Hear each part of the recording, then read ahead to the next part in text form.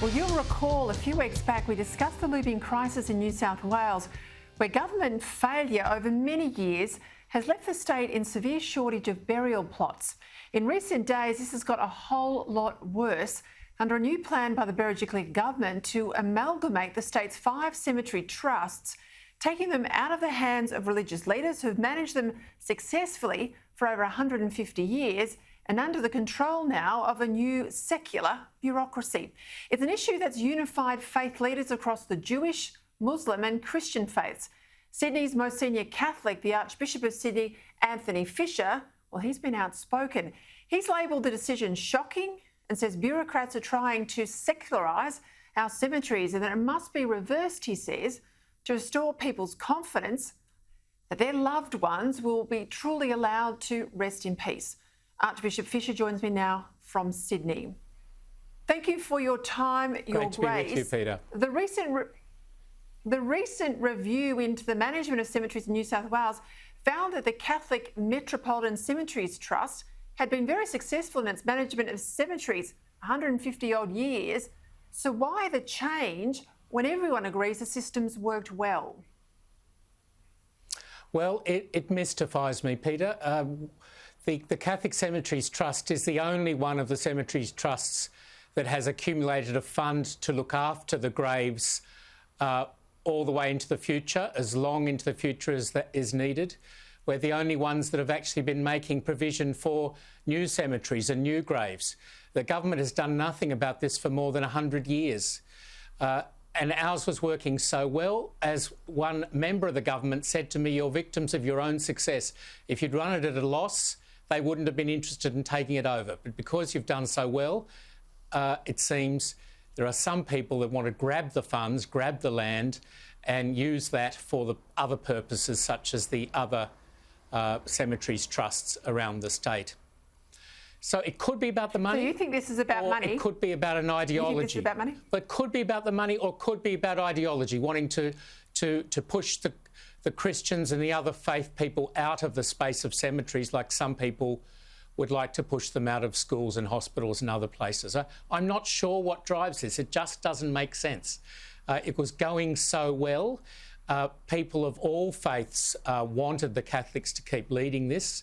Jews and Muslims have buried their people in our cemeteries for decades and decades now, and that's the way they wanted it.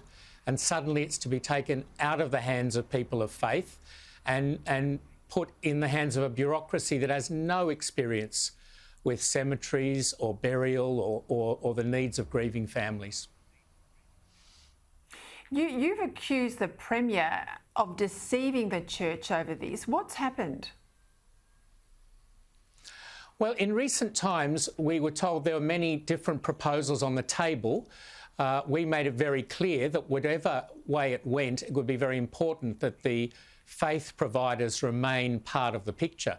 And the Premier said she understood that. She wanted the churches and faiths to be part of the solution. And so she invited us to send some of our senior people to deal with the senior members of her department and of Treasury to see if we couldn't come to a common position on this. This has been just in the last few weeks, this discussions have been happening. And then the day after the Hunter by-election, a decision's announced. And you have to think, well, they had already decided what they were going to do. They knew perfectly well at the very time they're inviting us to have discussions with them about what way to go forward. And that's very disappointing to me. I'm interested to know, the population has increased exponentially over the last century, of course. Why haven't successive state governments planned properly for cemeteries? What's been the excuse? What have they said to you?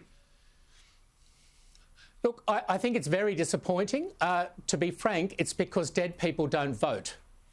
I think if dead people did vote, then I think there would have been more cemeteries provided a long time ago, and there would have been funds set aside to look after the graves.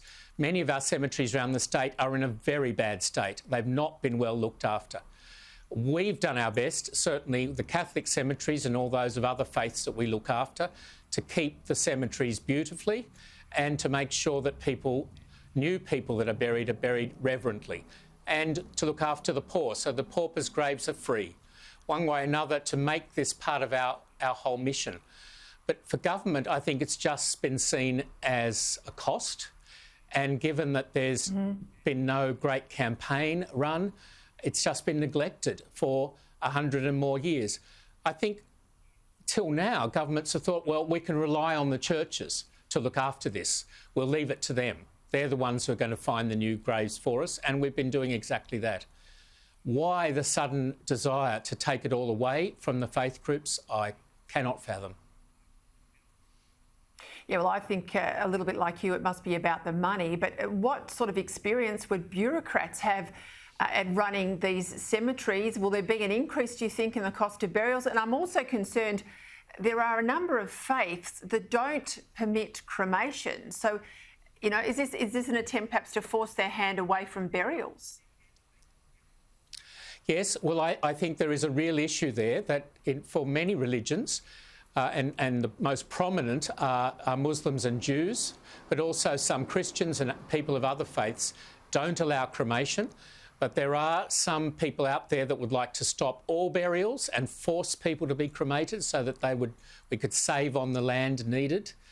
There are some probably that want to reuse graves or even to develop the sites that the graves are on. And that would deeply disturb many people of faith and even some with no particular faith. People don't want the graves of their ancestors, of their loved ones, disturbed in any way. They want to be able to go and pray there, to remember them there, and to know that they'll be left to rest in peace. And that in due course, the same will be the story for our own corpses, our own deaths and burials. The bureaucrats that are going to do this now in place of the charities, of the churches, have no experience in cemeteries, no experience in the care of the dead or of their grieving families. And they're going to lose the charity status that the church has that allows us to keep the price down. We're given certain benefits by the Commonwealth Government as a charity. The state will not get those benefits. So there's no way they can keep the funeral costs down the way we have done. I think people have to assume that burials are going to cost significantly more, many thousands of dollars more, once it's taken out of the hands of the churches and charities.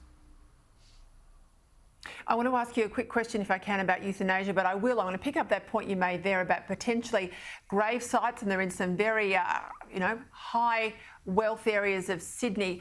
If they're going to be reused, I'm going to ask the Premier those questions. That is a real concern. Euthanasia in Queensland, we've seen a real assault on the rights of Catholic aged care facilities in relation to their conscience being pushed on the issue of euthanasia, certainly in the draft legislation. We know Alex Greenwich, independent MP, is soon to introduce similar legislation in the New South Wales Parliament. Are you concerned? I certainly am. I think that if any state in Australia is likely to hold out against the state-sanctioned killing of the elderly and the sick, it's going to be New South Wales. But there are certainly pressures here, like there are in all the other states.